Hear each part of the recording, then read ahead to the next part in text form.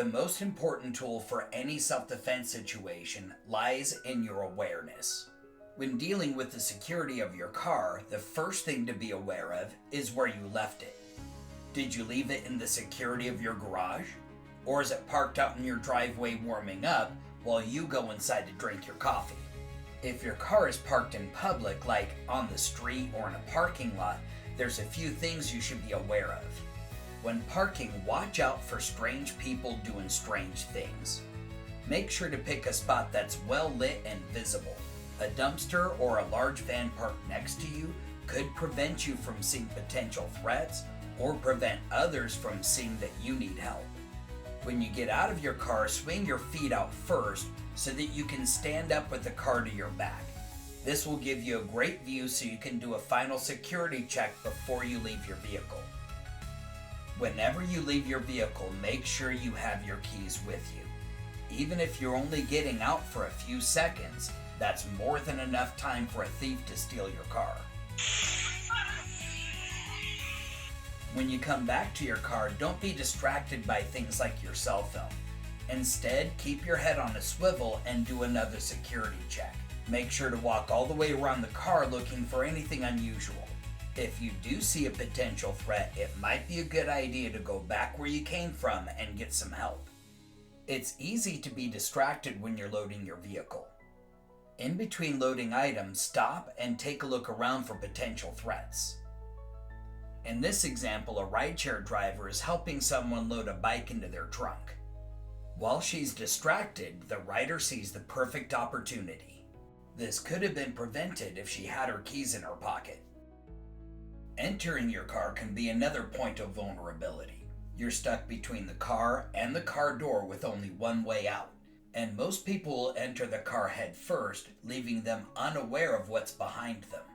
Approach the vehicle and put it at your back to open the door.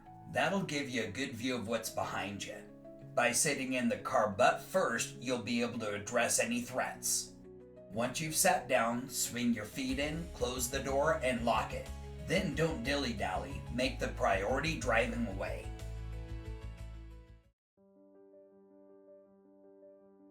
Your car can be a valuable self-defense tool. If you're outside the car, the vehicle makes great concealment. Statistically speaking, if someone can't see the target, they most likely won't shoot it. Notice when Jeremy walks behind the tire, his feet disappear. All he has to do now is duck down and you wouldn't know he's there. Notice how well the tinted window hides him, but you can still see his feet. One thing that could help him in this situation is to not hug the vehicle. By taking a step or two away, you change the perspective, in essence making the vehicle larger and you smaller. In this example, if Jeremy takes a step back and crouches down, you wouldn't know he's there. If you need to take a peek while you're hidden, make sure that you peek out on a different spot each time so they don't catch you in a rhythm. Parts of a car can also be bulletproof. Glass has a tendency to deflect or even stop a bullet, but it'll only work once. The windshield, however, is made of thicker glass and is designed to spiderweb instead of shatter. Depending on the door, they could probably stop a handgun but not a rifle round. Your best bet for cover is behind the wheel well or the engine where there's the most steel. Your car can also be a fortress as long as you're inside with the windows rolled up and the doors locked. The window has most integrity when it's up. Even if it's only cracked a little, all they have to do is grab the edge and it'll shatter. These people accidentally drove through a protest. The wife leaves the sanctuary of the vehicle. How much protection does she have right now? The husband stayed in the safety of the vehicle, but as soon as his door opens, he gets pulled out and beaten as well. In this example, protesters were stopping cars. The car is giving him limited protection except for his window is down. That allows one of the rioters to reach in his car. At least his doors are locked, but the car will only take so much damage, so get out of there as soon as possible. If your life's in danger, you might even have to drag them with you or put them under the tires. Ultimately, what would have helped both of these scenarios is just paying attention. Why were they driving through a protest in the first place? Did they get lost, or were they just not paying attention to what was going on?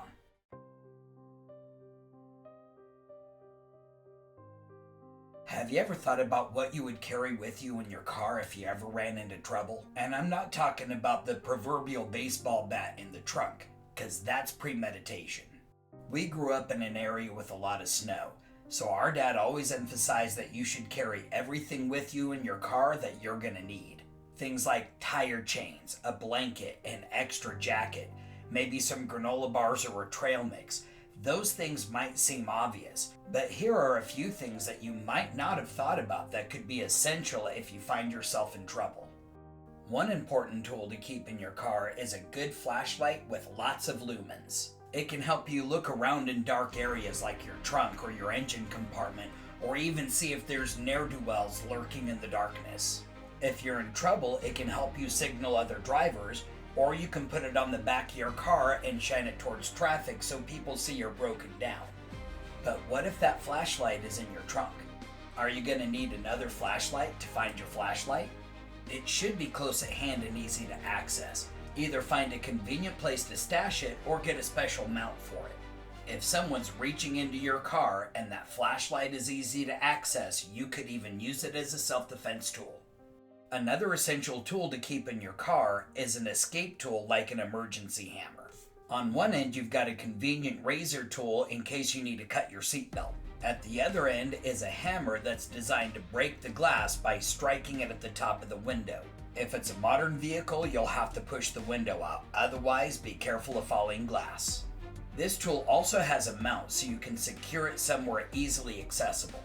Now, imagine someone's reaching in your car to grab your steering wheel or your keys. What do you think this hammer would feel like on the back of their hand?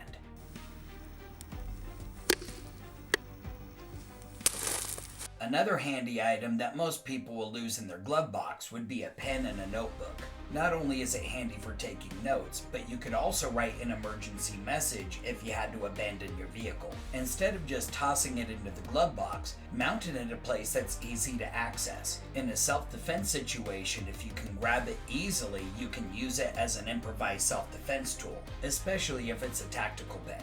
Whatever self-defense tool you choose is only useful if it's easy to access. Something like pepper spray can be very useful if the assailants are outside the car, but if they're inside the car, you'll have to be careful that you don't also get pepper sprayed. Something like a knife or a gun generally only serves one purpose. That could make it more difficult if you have to continue the fight in court. Firing a gun from inside the car could prove to be problematic, and depending on the state, you might not be able to store it in a way that's easily accessible. You may want to consider a different tool that has multiple uses. As with any skill, it takes practice and proper training to get good at it, so make sure you look for a good school in your area. If you're in Southern Oregon, contact us for our locations and times. Thanks for watching our video. If you enjoyed it, like it, and make sure to share that with a friend. Click the subscribe button and then hit that notification bell so you can catch our next exciting video.